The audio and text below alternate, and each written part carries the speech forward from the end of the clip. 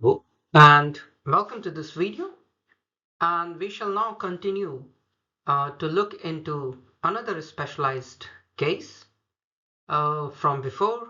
Uh, so we started in the last video to look how the functioning of two single qubit when they've been applied individual gates perform. And now we extend that discussion into another very specialized case where we will see when on a single state, two qubit gates apply together. One of the most prominent example for that is called CX gate, which is also abbreviated as CNOT gate. And the C here stands for control. Now, as you can see on the picture, we have two states that is being described. One is the control, the bullet which symbolizes a control qubit. And then there is a target, which is like a circle with a vertical plus sign in it, and a vertical line which connects leads to a target operation to indicate, and that is called as a target qubit. How shall we read this in a normal form?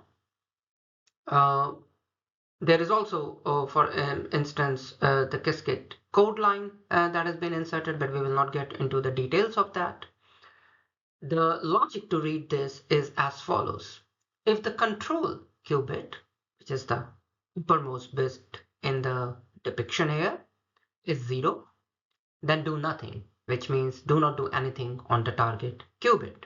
However, if the control qubit is 1, then apply the X, and that is why the name CNOT comes into picture. Then apply the X gate on the target qubit. What is the application of this? And before we get to see the application of this, to summarize this in more pictorial and a tabular form, this is how you should read it. Now, if you look that there is an input and there is an output. As long as the left qubit on the input side is 0, we are getting the same output as input. However, if the left qubit is 1 in the input, then the X gate changes the state of the second qubit, and then your output also changes. So 1 0 get converted to 1 1, and 1 1 get converted to 1 0.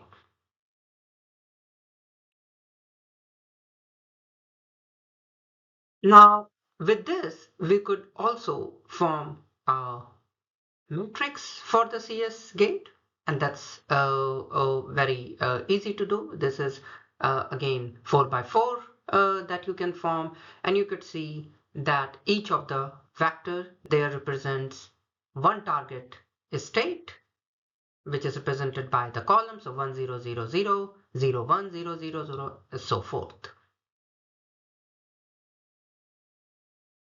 Let's put this into an actual case, which is a bit of a special for this configuration as well. Consider the following circuit, and what do you think would the final state would be? So what we are doing here, that we have started with two state 0 0.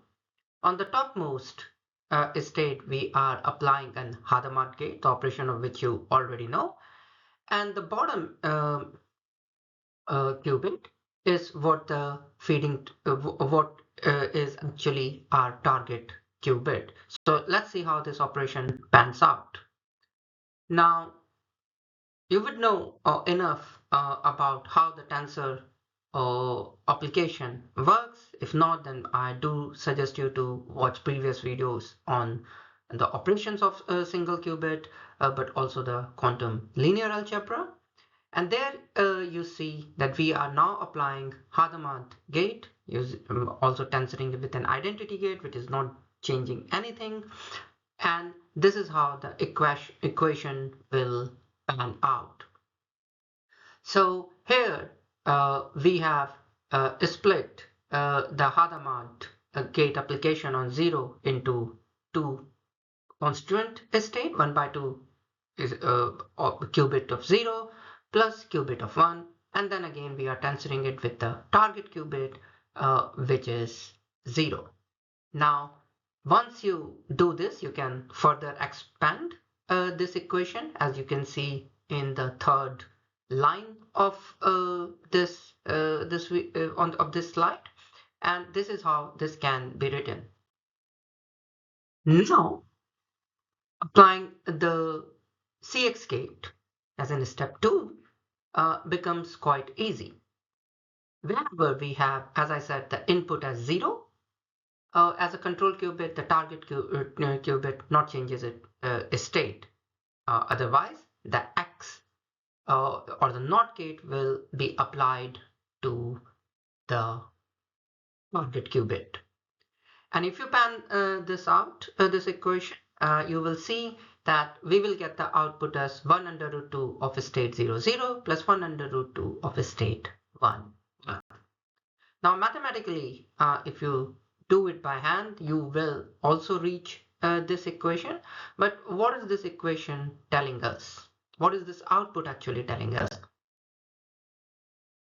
This is straight of 1 under root 2, 0, 0 plus 1 under root 2, 1, 1. If any qubit is measured at 0, the other one is definitely 0, looking at this. So even without measuring the other qubit, we know with certainty what is the other qubit, what state the other qubit gonna hold. And the same is applicable that if the state is 1, it's also true that the output will still be 1. So therefore, what's happening here is that with 1 bit of measurement or measuring 1 state of qubit, 2 bits of information that which state the qubit gonna be is known to us.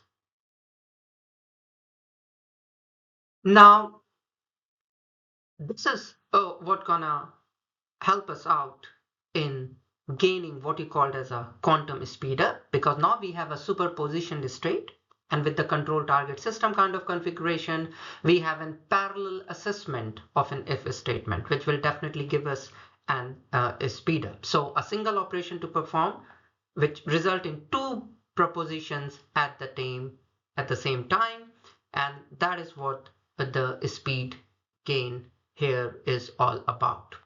Of course, we have to consider other aspects like interference and whatnot, but for the sake of simplicity, if you wanna be taking the more idealistic case, this is how it gonna work, and this is what it gonna give us speed ups in complexity, in solving complex situation. Now, looking at this state, we know that it is not possible to decompose the result into a single tensor product. So if you're gonna go backward, as we have seen in the single qubit application, that you can go forward in one direction of the calculation, but you can from the output can also reach to input. However, in this case, if you try to do that, you will not be able to formulate a single tensor product. And I highly recommend you to try to get the concept behind, to get it formally engraved into your thought process. Therefore, what's happening here is that one qubit cannot be described without the other qubit, which technically, as we have seen before, is what is called as quantum entanglement. Now, what you can do if you are still not convinced, we can look at it in a more easier format. Just for the sake of simplicity, we are dropping all the amplitude so that not to create too much clutter on it. If you see the non-entangled 2-qubit state, which are not into quantum entanglement, you can go from output to input and decompose it. So you can go from input to output, but you can also come back from output to input, which means that measuring one qubit does not guarantee the output of another qubit. However, in case of the entangled 2-qubit state, which we have seen before, and there is another example of it, 0, 1 and 1, 0, cannot be decomposed into 2 qubits because this is entangled, which means measuring 1 qubit guarantees the output of another qubit. So I'll stop here. Thank you very much for listening, and I'll see you in next video.